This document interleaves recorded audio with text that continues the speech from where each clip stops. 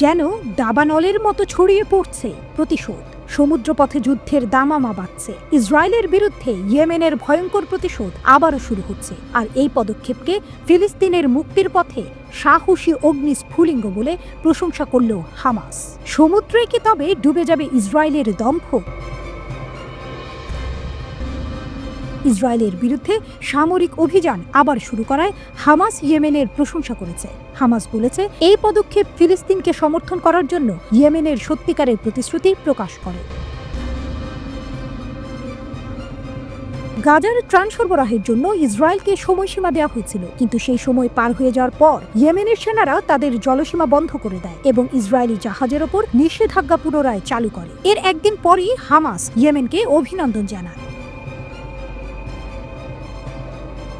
Hamas বলেছে, এটি ইয়েমেনের জনগণ এবং তাদের নেতৃত্বের সত্যিকারের অবস্থান দেখায়। তারা ফিলিস্তিনি জনগণ ও তাদের প্রতিরোধ আন্দোলনকে সমর্থন করছে, পাশাপাশি গাজার উপর অন্যায় অবরোধ ভাঙার জন্য প্রকৃত চাপ সৃষ্টি করছে। হামাস আরও জানিয়েছে, যতক্ষণ পর্যন্ত ইসরায়েলের আগ্রাসন বন্ধ না হবে, গাজার উপর থেকে অবরোধ না উঠবে এবং মানবিক সহায়তা আমাদের অবরুদ্ধ জনগণের কাছে না পৌঁছবে, ততদিন বিশ্বের সব স্বাধীনতাকামী মানুষকে ইয়েমেনের এই অভিযানের প্রতি সমর্থন জানাতে হবে। ইসরায়েলের বিরুদ্ধে ইয়েমেনের যুদ্ধ কবে থেকে? 2023 সালের নভেম্বর থেকে ইয়েমেনি সশস্ত্র বাহিনী লোহিত সাগর, বাব এল মান্দেব প্রণালী, আদেন উপসাগর এবং আরব সাগরে ইসরায়েলি জাহাজগুলোর উপর হামলা চালিয়ে আসছে। 2023 সালের অক্টোবরে হামাসের ঐতিহাসিক অভিযানের পর ইসরায়েল গাজায় গণহত্যা শুরু করে। এর এক মাস পরই ইয়েমেন ইসরায়েলের বিরুদ্ধে সামরিক অভিযান শুরু করে।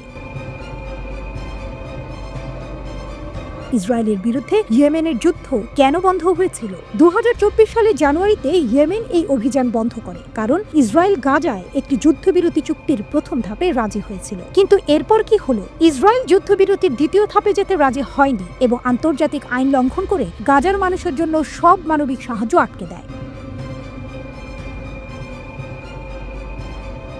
ইয়েমেন কেন আবার হামলা শুরু করলো? 7 মার্চ ইয়েমেন ইসরায়েলকে সতর্ক করে বলেছিল, গাজার ত্রাণ সরবরাহের জন্য 4 দিন সময় দিচ্ছি। যদি এই সময়ের মধ্যে অবরোধ না তোলো, তাহলে আমাদের অভিযান আবার শুরু হবে।